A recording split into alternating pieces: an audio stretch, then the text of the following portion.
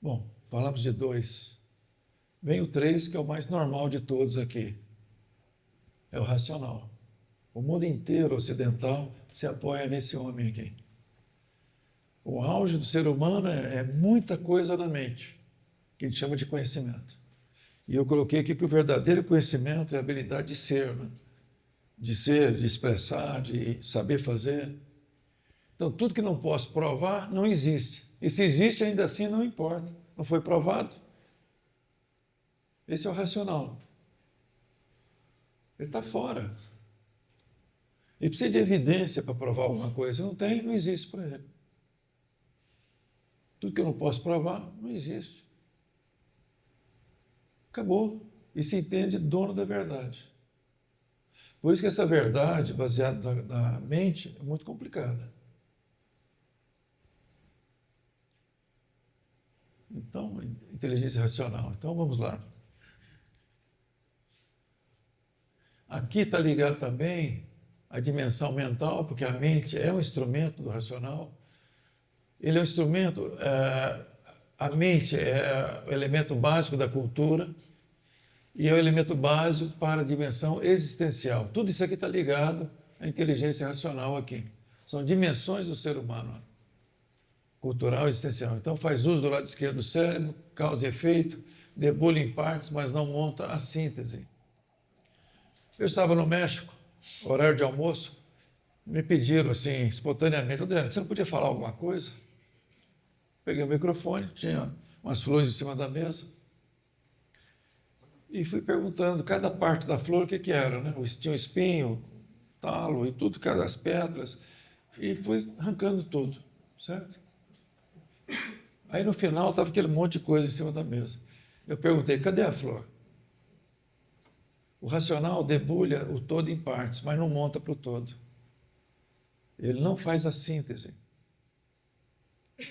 Ele analisa, debulha o todo em partes, mas ele não junta, não tem síntese. E as decisões são baseadas em síntese. A análise é apoio, mas a verdadeira decisão, sem decisão, é síntese. Então ele depende. Então, eu falei já do avião no fim do universo, para mostrar o problema da racionalidade aqui. Depende da memória e da linguagem, se baseia no passado e projeta o futuro, criatividade limitada, forte para a solução de problemas já conhecidos, forte ruído mental, excesso pode fazer a pessoa viver no seu psiquismo e não na realidade, perigosa quando atuando junto com os valores da vida, que é o caso do cientista sem valores. Ele é um cara perigoso para a sociedade. Reduz o tamanho das pessoas quando está a serviço do ego. Isso, mais ou menos, é o que está ligado ao lado esquerdo do cérebro.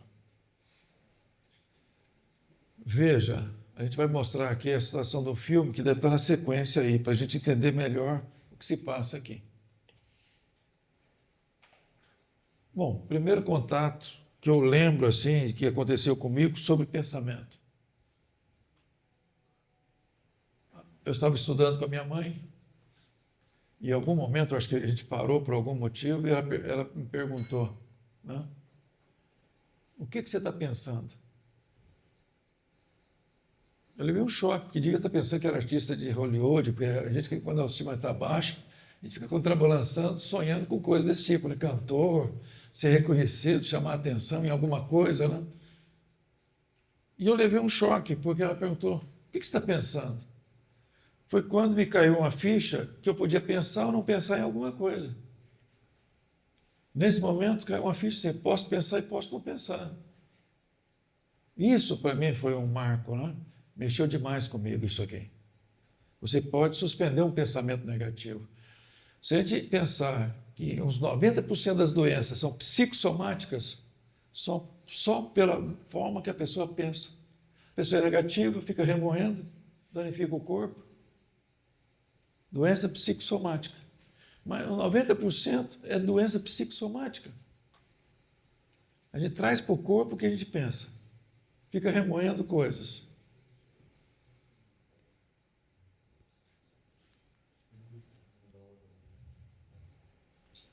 Sobre leitura.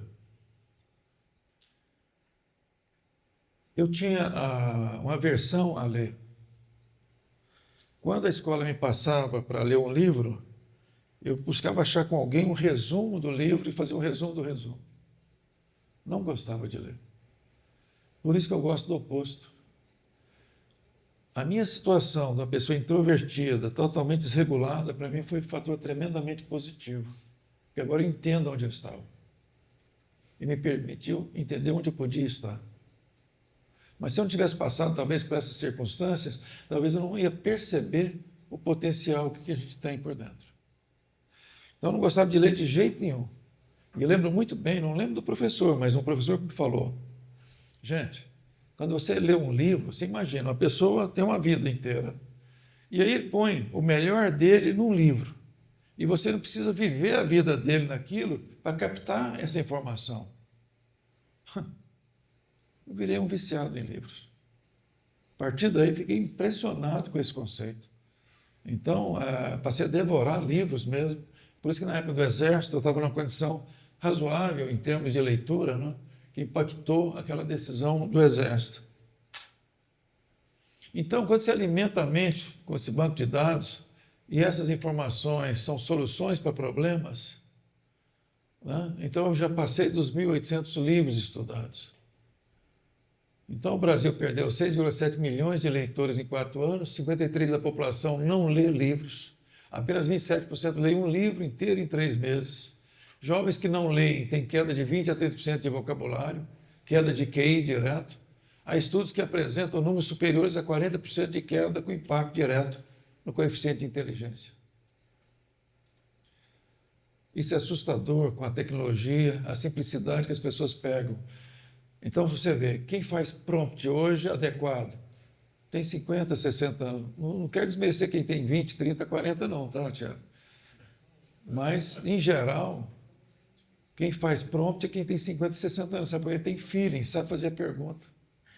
Mas se o cara não tem domínio de alguma coisa, como é que ele faz a pergunta? Como é que ele monta o prompt? Ele monta qualquer coisa. Entende? Mas a consciência do prompt se perde um pouco. Então, nós estamos num mundo que exige mais feeling, mais vivência das pessoas, mais conhecimento, até para fazer escolhas de saber usar a inteligência artificial. Houve uma ruptura, porque eu lembro, na minha época, surgiu aqueles os comandos, né? Porque antes você tinha assim, canal, volume, liga, desliga. Fantástico.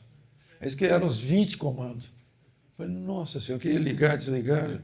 Você chama o neto, chama a criança lá de 8 anos, vem cá, me ensina aqui, vai lá, liga, faz para mim, vai.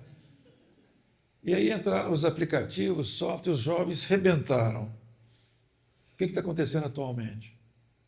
Tudo inverso. Não está nessa condição. Houve uma inversão total. Total. Por quê? Porque hoje exige saber fazer escolhas. Exige de cada um, para usar a inteligência artificial, que eu saiba fazer escolhas conscientes. Ah, não, mas tem engenharia lá do prompt. Sim, mas ela vai fazer o prompt para você, que você nem entende o prompt, nem vai entender a resposta. Veja que mundo nós estamos criando aqui agora. Nós dependemos do crescimento, a pessoa investir em si mesma, ser responsável por si mesma. Então, o racional é um banco de dados. Eu só quero colocar que a gente não deve valorizar demais, porque a inteligência artificial tem mais memória do que qualquer indivíduo sobre qualquer coisa. Mas nós temos que ter conhecimento para fazer escolhas.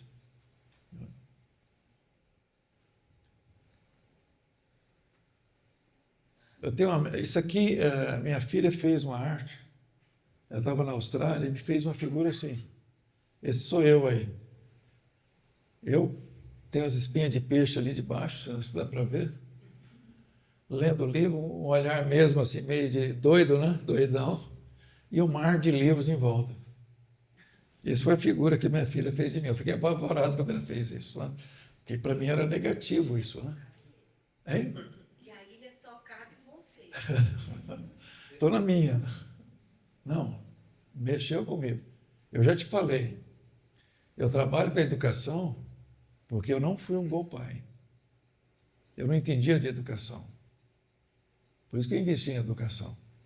Que eu falhei nisso. Então, É por isso que eu sinto que eu tenho que fazer alguma coisa a mais sobre educação. Não é porque eu sou bom nisso, não. É porque eu falhei feio nisso mesmo. Um retorno desse para mim não foi legal. Mas só para dizer que aos 80 anos, meu plano, já estou acelerado com isso, é o domínio da energia eletromagnética. Então, estou estudando, já tenho equipamentos, estou mexendo com estrutura para isso.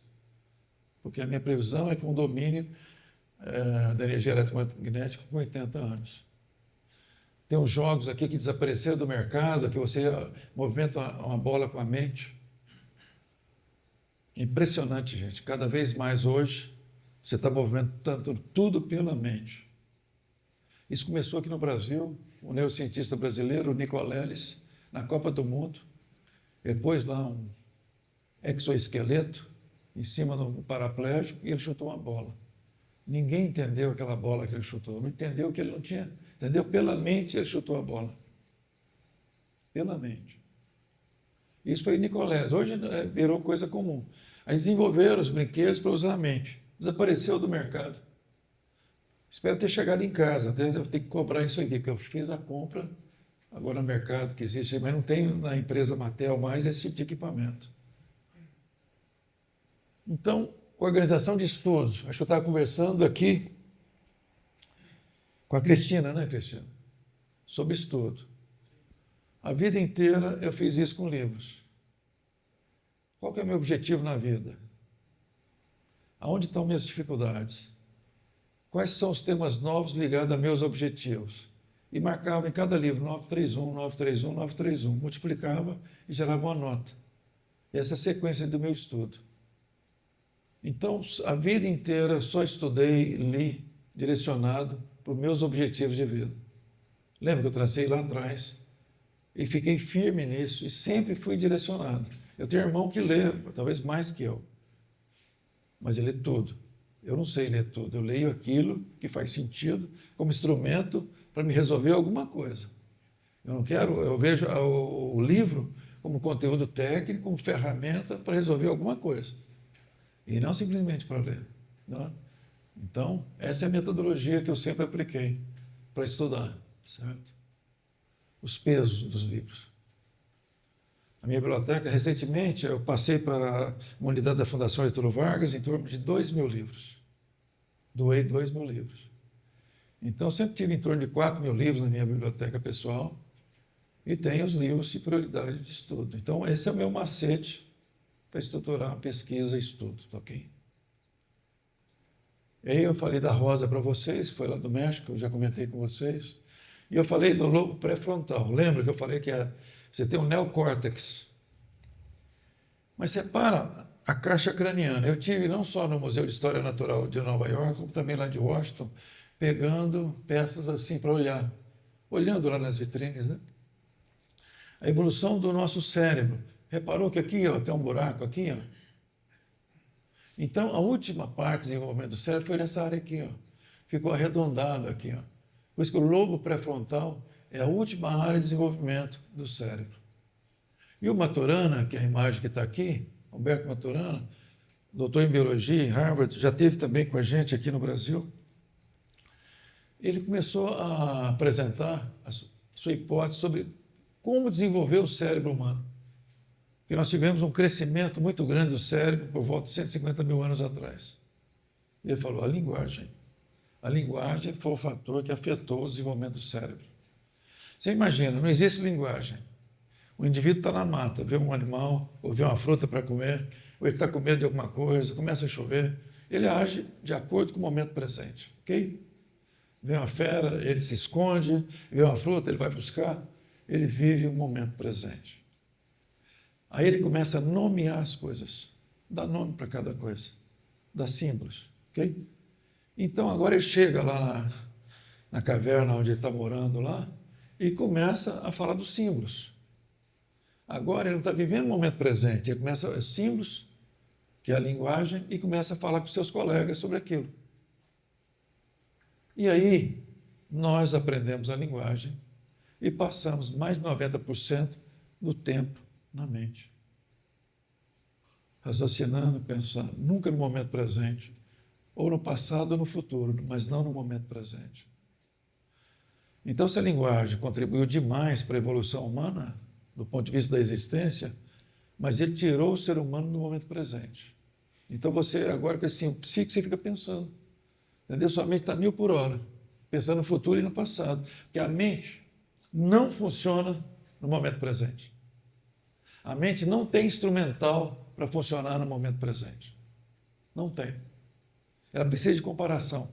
Uma característica da mente é comparar o que você está vendo com alguma referência interna que você tenha. Não funciona de outro jeito. Então, quem é mental só está no passado e no futuro. Você sai do momento presente. Então, perde a consciência da realidade no momento presente. Por exemplo, eu preciso do máximo de consciência para tomar as decisões a cada momento. Mas eu estou na mente. E a mente está comparando, ou estou projetando o futuro, ou comparando com o passado. Professor, Sim. eu fiquei com uma dúvida. O senhor disse que o homem racional, ele usa o lado direito do cérebro. Lado esquerdo. E o intuitivo, lado direito. A gente vai falar do lado direito na sequência. A gente falou do lado esquerdo. Né? Com a racionalidade. 100% racionalidade. Esse cérebro usa memória, linguagem, certo? Lógica, causa e efeito o tempo todo. Esse é o processador, é assim, e te dando inputs o tempo todo. Certo? Tem mais 10 minutos, é isso? 15? Tá. Teoria sobre o crescimento do cérebro. Então, a real origem da linguagem verbal pode ser rastreada em um período que vai até pelo menos 50 mil anos atrás. Mas a maioria dos linguistas acha que a origem é bem mais antiga, isso. A estimativa é sobre 150 mil anos atrás. Então, o desenvolvimento da linguagem está nessa época aqui.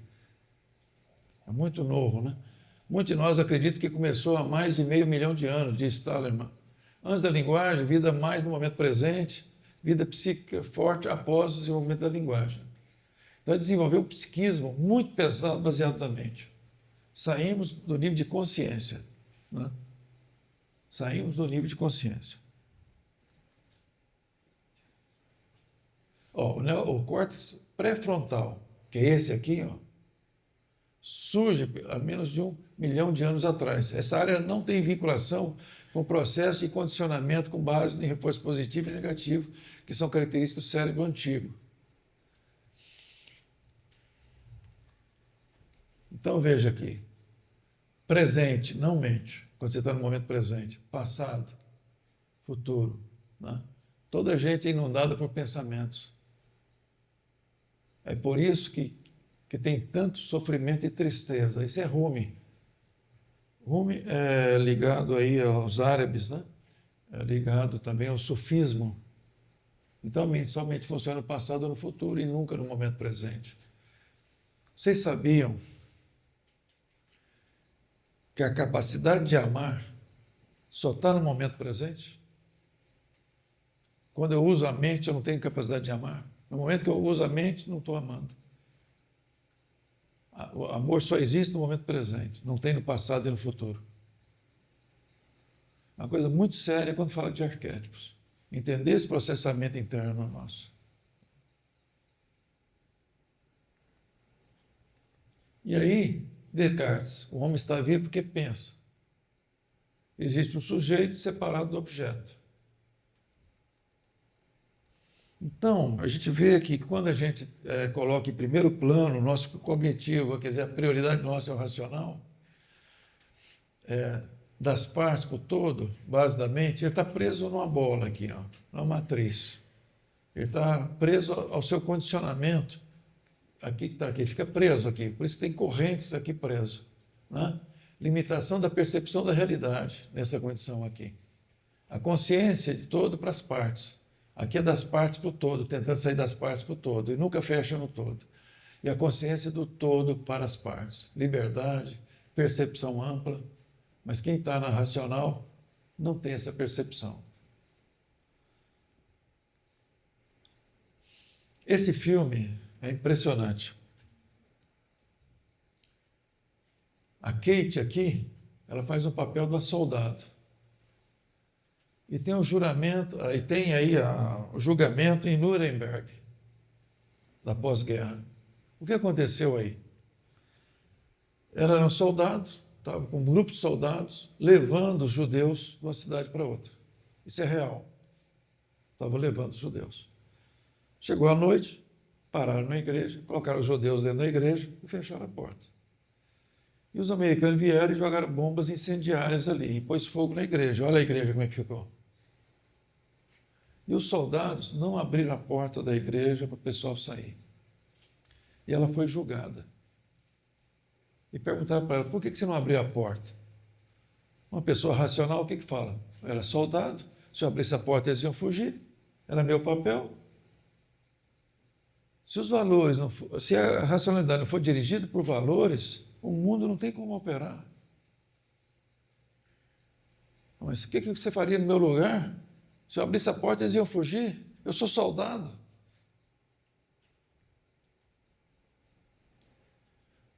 Esse filme, a coisa é mais grave do que eu estou falando. Porque, na verdade, não foi ela que dirigiu esse grupo de soldados. Que se fala de uma escrita que era dela, ela era analfabeta. Por isso que é o leitor. O namorado ensina, começa a falar, lê os livros para ela, porque ela não sabe ler, certo? Mas ela ficou com vergonha e não assumiu isso perante o júri. E as colegas apontaram tudo que ela era a chefe. Ela era a chefe. Ela que fez o documento. Ela que escreveu. Ela era analfabeta. E ela foi presa mesmo. Uma situação bem complicada, essa história dela. Mas nós colocamos aqui para entender melhor a inteligência racional. O que você faria no meu lugar? Eu era soldado responsável pelo grupo de judeus, eu não podia deixá-los fugir. Então ela assumiu, porque todo mundo colocou que ela era responsável, ela era a chefe.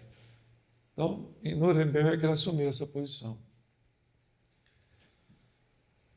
A gente volta lá para o Roosevelt.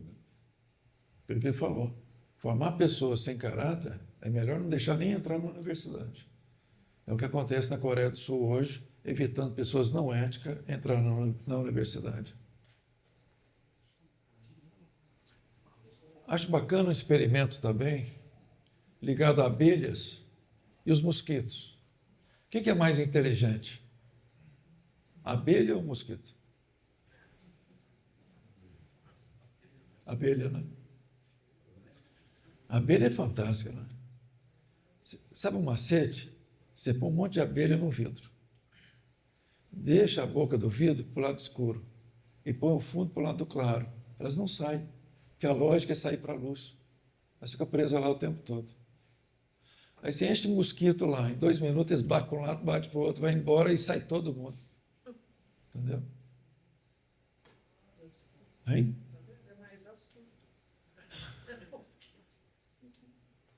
Mas é verdade esse negócio aqui, não é?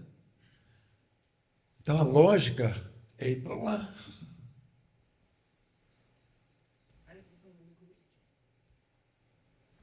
Eu falei esse exemplo para vocês da racionalidade da mãe, lembra? Ela gritar com o filho à distância. Então, que o Maslow não considerou a racionalidade como uma das necessidades humanas, que é geradora, né, de estímulos de conduta, motivo de ação. Dimensão mental está ligada aos 5 sentidos, memória, compara o tempo todo, aprendizagem, a gente considera a aprendizagem estar na memória, passado e futuro, suporte para a mente racional, suporte para a cultura, condicionamento. Esse é o pior. Condicionamento. Ausência da mente, aí Alzheimer como exemplo de ausência da mente. Então, aí os 5 sentidos, a gente vai falar um pouco mais depois sobre esses sentidos. Se eles realmente são geradores de consciência. Eu já afirmo que não. Afirmo que não. A gente tem que ter muita percepção por que é que os sentidos não são geradores de consciência. Por que não são?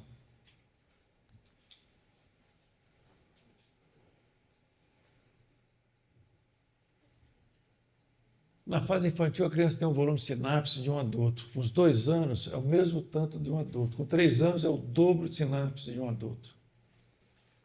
É assustador. Eu estou com um neto de 3 anos. Vivendo essa experiência, que eu sempre falei de 2, 3 anos, e senti isso lá, exatamente isso. Com 2 anos, eles são um foguete de aprendizagem. Com 3 anos, terror. É impressionante a capacidade de aprendizagem da criança, impressionante. Né? 86 bilhões de células, né? Que são os neurônios. Né? É interessante essa ideia que aprender é colocar na mente. Eu lembro de um filme sobre Júlio César. Há uma competição dos alunos da universidade sobre inteligência. Eu fiquei impressionado. Por quê? Porque eles estavam fazendo uma competição baseada na memória. A inteligência, falaram, uma competição de inteligência. Mas quem ganhava é quem tinha mais memória da história, Júlio César. Eu falei, gente, mas não está entendendo isso.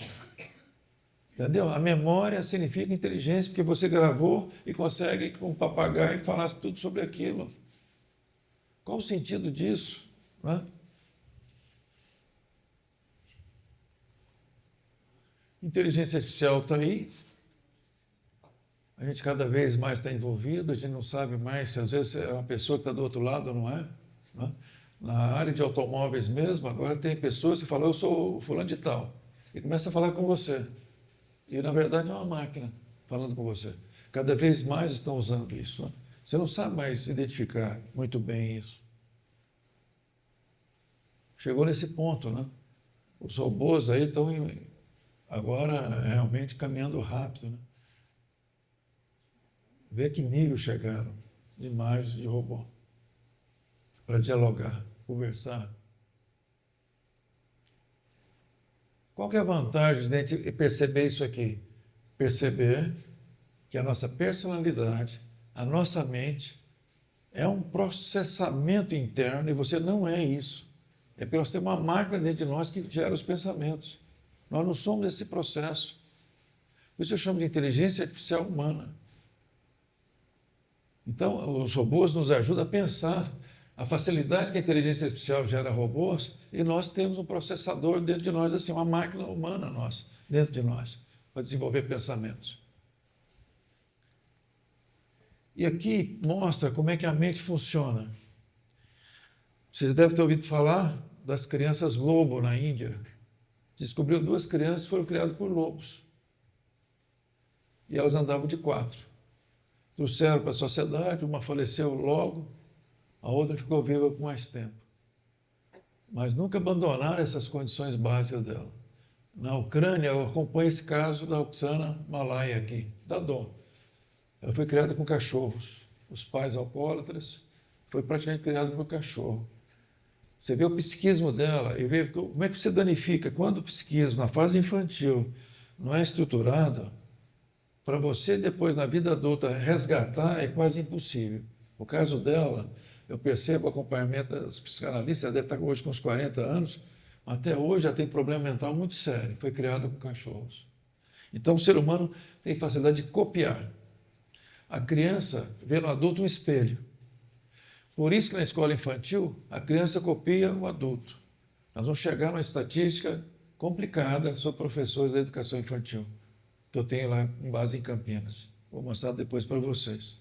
Estava dentro desse quadro aí. Impressionante. Em São Petersburgo, ele tinha uma metodologia para desenvolver as pessoas. Ele pedia para os alunos dele dar uma volta no quarteirão. Falou, olha, vocês vão olhar as placas e tudo, mas não deixa a mente funcionar, só observa. Então ele está olhando a placa, mas já vem a mente querendo analisar aquilo lá. Aí o cara volta, olha outra coisa e vai caminhando e vê a dificuldade de controle da mente. Ele vai olhando e já vem propostas mentais para ele na sequência. E o exercício é fazer a quadra inteira não usando a mente, só a consciência. A primeira vez que faz isso é terrível. As pessoas têm uma dificuldade tremenda de fazer isso. Tremenda. A mente o tempo todo tenta falar com a pessoa, então você segurar os pensamentos, sabe? As análises, e simplesmente observar. Igual um pôr do sol, observar o pôr do sol. É um exercício bom para fazer. Não fica julgando, é bonito, é feio. Falar que bonito é feio, igual criança. É criança bonita. Você está julgando, analisando. Para, porque o amor não está nesse momento. Entendeu? O amor não está nesse momento que eu analiso, que eu julgo. No momento daquele momento da interação. Então, esse trabalho do Gurdjieff é um dos grandes caras do mundo sobre desenvolvimento humano. Então, ele chama de máquina humana, a máquina processadora dos pensamentos. Quer dizer, você tem um pensamento que não para. Não importa, é lógico, através de meditação, de trabalho de consciência, você reduz essa influência dos pensamentos. Os derviches, né, do sufismo, eles têm um trabalho, embora é um pouco diferente, mas eles têm uma dança para queimar o ego, para viver a consciência. Então, eu já estive na Turquia acompanhando grupos de derviches. É lógico que são grupos mais para turista ver, porque o derviche mesmo ele é escondido, ele não se expõe. Uma pessoa é simples, tem uma condição espiritual violenta, fantástica, como o Rumi era. Então é impressionante como é que esse pessoal se esconde, eles não se mostram. Então quando você vai para a Turquia ver a dança de derviches, é para turista ver. Mas você começa a entender, pelo menos, o processo deles de queima do ego. Essa roupa branca, eles giram, né? Normalmente a mão levantada, que é o céu, e para baixo, e buscando queimar o ego. Não sei se foi o Rumi que falou, né? Acho que não foi, não. Tem um americano, tomou conhecimento que no Egito tinha um desses sábios derviches, e ele procurou visitar o sábio. Muito famoso o sábio. Aí chegou lá no Egito, ele mochileiro, e viu que o cara está morando numa casinha simples, pequena. Aí ele perguntou para o mestre lá, né? Como se diz, ele não estava entendendo como é que ele vivia daquela maneira tão simples, daquele jeito. Aí perguntou para ele, por que você vive dessa forma? Né? Ele falou, o que você está carregando aí nas costas? Ele falou, a mochila. Mas por que você está usando mochila? Não, eu estou aqui só de passagem. Ele falou, eu também. Eu também. Esses caras são muito bons, hein? Então, parte do pressuposto de que os homens estão dormindo. Na Índia também, eles falam o Ocidente, a turma está dormindo, não acordou, não percebe a realidade. No Oriente, eles chamam a gente assim, ei, esse pessoal está tudo dormindo, vocês não estão acordados. Eles não percebem a realidade. Não captam a realidade. Então, pressuposto que os homens estão dormindo, são máquinas ambulantes que não sabem o que fazem. Confusão sobre quem é este eu. Não tem ideia quem você é. Veja a criança, um bebê. Olha os olhos de um bebê. De atenção. Certo? E essa atenção é que gera sinapse de neurônio. O interesse do bebê, aquele que é novo para ela, está atento assim, está assim, ó. Certo? Gera sinapse. O interesse dela, a curiosidade dela, de ver, de interessar. E vai gerando sinapse. Memória. Vai gerando memória. Então, quando a gente fala de construção da memória, é muito interessante. Imagina uma cidade. Vamos pegar a história da cidade, pode ser Juazeiro, pode ser outra cidade. No início, só tem uns caminhos. Aí vai criando umas áreas, umas ruas, avenidas e tudo. Os neurônios também são assim. Você tem avenidas no cérebro. Tudo que marcou a sua vida vira avenida. O que significa avenida? Você tem uma rede sináptica. Você tem uma rede grande, extensa. Quanto mais energia você põe em algo, mais a rede se estende. Cria avenidas no cérebro. Mas quando você não tem muito interesse, gera um caminho. Um caminho de terra, que não passa quase ninguém. É assim o cérebro, com as redes neurais. Então você fala, ok, vai crescendo aqui, está crescendo o nosso cérebro. As sinapses, as redes neurais. Aí você diz, é bacana, a rede agora está montada. Agora, por favor, muda esse prédio de lugar ou essa avenida de lugar. É possível? É, mas é fácil? Esse é o problema do ser humano. Se achar que mudar a mente é fácil, não é assim. E aí a gente vai captando que a gente construiu algo. Inclusive, no Oriente se fala, né? O aluno vai para o mestre e fala assim, como é que eu faço para limpar minha memória? O mestre fala assim, você que pôs esse besterol no seu cérebro, agora que você dá um jeito aí você mesmo. Mas, na verdade, o jeito de limpar o cérebro não é limpar o cérebro. Quando você vai para a consciência, você não usa a mente. Entendeu? O único jogo que existe prático é, quando eu estou na consciência, eu não uso a mente. Então, ele não funciona. Quando eu uso consciência, ele não está em jogo, a mente. Mas derrubar os prédios, querer transformar tudo isso aqui, é possível? É. Mas é complexo. Então, a base do ser humano, em termos cerebrais, esses primeiros anos de vida, vai montando uma estrutura, um alicerce monstruoso aí. E depois mexer nesse alicerce. Eu falei já do paradigma, inclusive para vocês, do elefante. A mente é a sede do pensamento, ok, as conexões. Sem energia, sem sinapse, sem memória, sem aprendizado. Essa é a sequência nossa. Então, eu tenho que ter energia, eu tenho que ter vontade, então eu tenho que ter responsabilidade. Eu sendo responsável, eu sou atento. Sendo atento, eu faço sinapse. Fazendo sinapse, eu tenho memória. Com memória, eu tenho aprendizado. Sempre vai ser essa sequência ligada ao cérebro. Então, primeiro vem a ideia, depois vem a ação. Né? A ação, ela vem depois, né, que vem seu pensamento. E o Einstein fala uma coisa fantástica. Tudo aquilo que o homem ignora não existe para ele. Por isso o universo de cada um se resume ao tamanho do seu saber. Você está conversando com as pessoas, mas tem que entender que aquilo que ele não aprendeu não existe para ele. Olha a condição atual que nós estamos. O que não está no cérebro não existe. O que não está na mente da pessoa não existe para ele. E aí, então, esse esqueleto que eu falei aí do Nicoleles. A pena que isso aqui ninguém deu atenção para esse assunto. Hein? Um assunto que rompeu, do ponto de vista da neurociência, o uso da mente. Por isso que a mente é algo material. Você pensa, gera energia eletromagnética e executa algum trabalho. A mente funciona assim.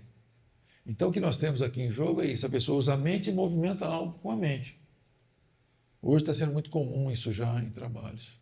Esse é o jogo que eu falei para vocês, que eu comprei, que não acha praticamente no mercado, Mindflex aqui, controlado pelos pensamentos do usuário.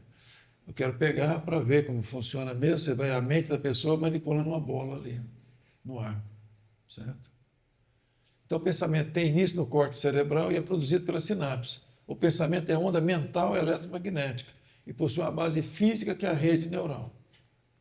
A mente é o espaço onde ocorre o pensamento, sendo maior do que ele. A mente é a direção e o corpo a obediência. Através da mente e dos pensamentos, podemos avançar para a nossa realização pessoal, que podemos chamar de luz, ou para ser oposto, foco no ego, podemos chamar de escuridão. No sentido que a mente e os pensamentos podem ser input para você ir para o outro lado. Você lê um livro e ele te estimula a mudar seu jeito e atingir a consciência. Então, no sentido comum, se faz uso da mente e o pensamento como a mesma coisa. O pensamento faz parte da consciência e pode ser e deve ser observado. O pensamento é energia física detectável. Então, eles falam que pararam com esse jogo porque baixa sustentabilidade comercial. Não havia demanda para esse tipo de jogo. Hein? Eu acho que a pessoa que começa a usar a mente e perceber o que é a mente, que é a energia eletromagnética, começa uma transformação. Começa a ter um nível de lucidez e consciência muito alto. Então, um jogo desse materializa esse conhecimento, mas não está disponível mais. Né? Então, a dimensão cultural, que está ligado à mente racional. Não esquece que a cultura é a repetição de valores comuns da sociedade. E esses valores é aquilo que está impregnado na mente das pessoas. Então, a cultura exerce a pressão para a pessoa não sair do modelo cultural. Então, a cultura tem capacidade de distorcer necessidades. Se age pela cultura, porque todo mundo age assim, mas não que aquilo atende às suas necessidades. Então, necessidade de aprovação social, de se demonstrar como pessoa de sucesso constante e presa a expectativas externas, pertencer a um grupo social, região, país, medo de rejeição e exclusão, comparação social contínua, ser alguém em comparação aos outros, necessidade de construir uma imagem, encaixar em papéis sociais, profissão, status, diferenciação, necessidade de construir para se sentir completo. Então, a cultura é uma pressão de externa, de fora para dentro, para que o indivíduo haja num corredor. Ela empurra para você agir como todo mundo. Não é? A minha filha, quando estava na Austrália, ela fez essa figura aí, ela pintou esse quadro. A mesma que me pintou lá naquela ilha, lendo livros. Eu fiquei impressionado com o que ela fez. As pessoas acorrentadas na cultura. Como a cultura é realmente que aprisiona a maioria das pessoas. Fica preso ao modos do grupo.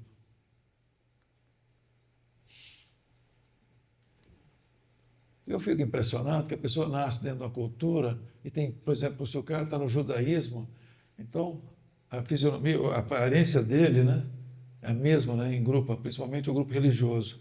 Tudo igual, né? Cada região do mundo você vai, por exemplo, no caso da Austrália, Nova Zelândia, é hábito deles colocarem a língua para fora, por exemplo, é hábito da cultura deles fazer esses gestos. Mas interessante que você tem um espírito. Se você vai para qualquer lugar, você vai absorver a cultura. E a cultura entra pela mente. Padrões de referência do meio, valores do meio. Então, nós temos um condicionamento cultural, pressão do grupo social, fonte da moral. Quando a gente usa a palavra ética, eu tenho que entender 3 situações. A ética baseada na consciência é a ética socrática. Agir pela consciência, pelos valores, pelos seus arquétipos, pelo que você acredita. Moral, não. Você age de acordo com o grupo social. É assustador isso. Você age de acordo com o seu grupo social. Então, moral vem de mores, do latim. É o que predomina. Valor que predomina. Todo mundo age de acordo com aqueles valores. Então, pressão de fora para dentro. E a lei? É um outro modelo de ética. A ética americana, a inglesa, se baseia muito na lei. Cumpre a lei, você é ético. Não cumpriu a lei, você não é ético. Mas aqueles que estudam a lei, normalmente é a proteção do grupo de poder em relação ao resto do grupo social do país. Uma proteção. A maioria dos países são assim. Tem países que não, mas a maioria dos países são assim. Você faz leis para um grupo social que tem maior poder econômico se proteger do restante da sociedade. Aí você fala, é ético é seguir a lei. Isso está acontecendo hoje muito forte no Brasil. Aí você fala, é ético seguir a lei? Na minha área lá, que você conhece, classe, o meio ambiente tem a lei. Eu fui proibido, por exemplo, fazer eventos. Aí fui procurar a lei e tem nada a ver contra. Porque, na verdade, todo mundo só abre alguma coisa se levar alguma coisa, senão não é, mas não é a lei. Então você fala, vou cumprir o que está na lei, não pode. Mas por que não pode? Ninguém sabe. Certo? É muito estranho o que está acontecendo hoje para todo lado do nosso Brasil. Educação materialista, ciência e assim por diante. Me impressiona muito isso. Nasceu na região, você vai sofrer o efeito da cultura. Só de nascer naquela cultura já vai ser de determinado jeito. Nasceu na Holanda é de um jeito, certo? Na Alemanha é outro, no Brasil é outro. Nasceu no meio dos guaranis é outro. Nasceu no judaísmo é outro. O esquimó é outro. Basta nascer em algum lugar diferente do globo que vai sofrer pressão do grupo. Vou falar agora da percepção, né? Dos sentidos. Eu falei que os 5 sentidos não geram consciência. Eu acho que a gente vai falar sobre isso e fechar por hoje, pode ser? Olha, esse é um tema crítico, porque toda escola fala que você tem consciência porque você tem 5 sentidos. Você olha, vê, né? Então você tem consciência que está vendo, ok? Eu vou mostrar que não é assim que funciona. Não é assim que funciona. Um exemplo meu pessoal, depois eu vou pegar um exemplo trazido de Harvard, os psicólogos de Harvard. Eu estou tomando banho, sinto a coceira nas costas e penso o seguinte, já pensou se tivesse aquelas escovas, escovar as costas? Seria bom, né? Olha para a parede, a escova pendurada lá. Achei estranho aquilo, ok, resolvi meu problema. Aí fui conversar com minha esposa. Essa escova aqui no banheiro, quanto tempo está aqui? Não sei, uns 3, 5 anos. E por que eu não enxergava antes? Eu não tinha essa necessidade. Os seus valores dirigem sua percepção. Os seus valores dirigem sua percepção. A gente pensa que o olhar eu enxergo, eu não enxergo olhando. Por isso que a gente tem o filme aqui. This is a test of selective attention. Count how many times the players wearing white pass the basketball.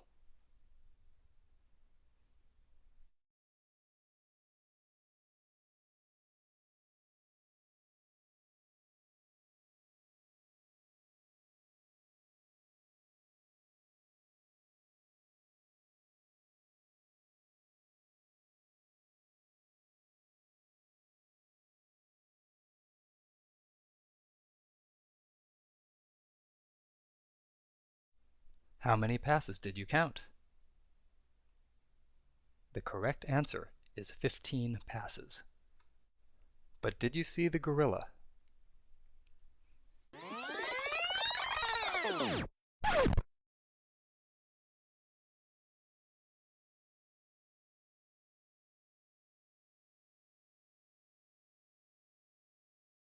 This video is from research by Daniel Simons and Christopher Chabris and is copyrighted.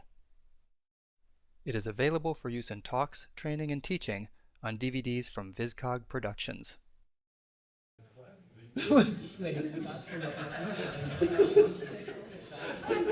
Mas você estava olhando para a tela. Aí você fala o seguinte, não, eu estava vendo, não teve gorila nenhum, não, eu estava olhando para a tela o tempo todo, não tinha gorila. Você está mentindo para mim. Não, mas gente, você só estava olhando para a tela. Mas estava olhando para a tela. Mas, os seus valores dirigiu sua atenção. Entendeu? O que era valor para você dirigiu sua atenção. Por isso você não viu o gorila.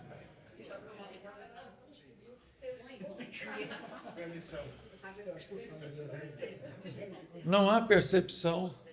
A gente imagina a percepção direta pelos 5 sentidos. Não é assim que funciona. Eu lembro na escola, eu estou lá com colégio ainda, não tinha feito científico. Tinha um time de futebol de salão jogando lá na quadra e estava fazendo muito barulho. Aí, o nosso professor lá chamou a diretora da escola. Nossa, aquele barulhão todo. Né? Eu lembro muito bem disso. Ela chegou, ela falou, não, vem aqui. Ela foi lá, entrou e falou, e aí? Não. E aí? E ela ficou lá boba assim, a diretora. Nada. Mas você não viu nada diferente, não? Não. Você não viu o barulho da quadra? Ah, é. Ela não ouviu a quadra, porque a atenção dela estava em outro lugar. Entendeu? Eu mesmo tenho uma facilidade tremenda. A pessoa está ao meu lado falando, eu não escuto nada. Mas as mulheres... Você vai num restaurante, eu vou com minha esposa, passando reto assim.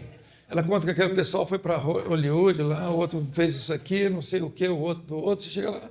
Mas como? É uma coisa meio assustadora para a gente, né? É uma coisa que é difícil de entender. Mas eu tenho facilidade de realmente neutralizar. Por exemplo, eu estou tomando banho de água quente. Ok? Sentindo mesmo, põe o calor. Começo a pensar no banco. Desaparece a temperatura da água. Desaparece a temperatura da água no meu corpo. Então, achar que os 5 sentidos geram consciência não é real. Os seus valores dirigem sua percepção. Então, ela tem que cuidar dos valores. Certo? Esse é o recado do dia de hoje. Tá bom?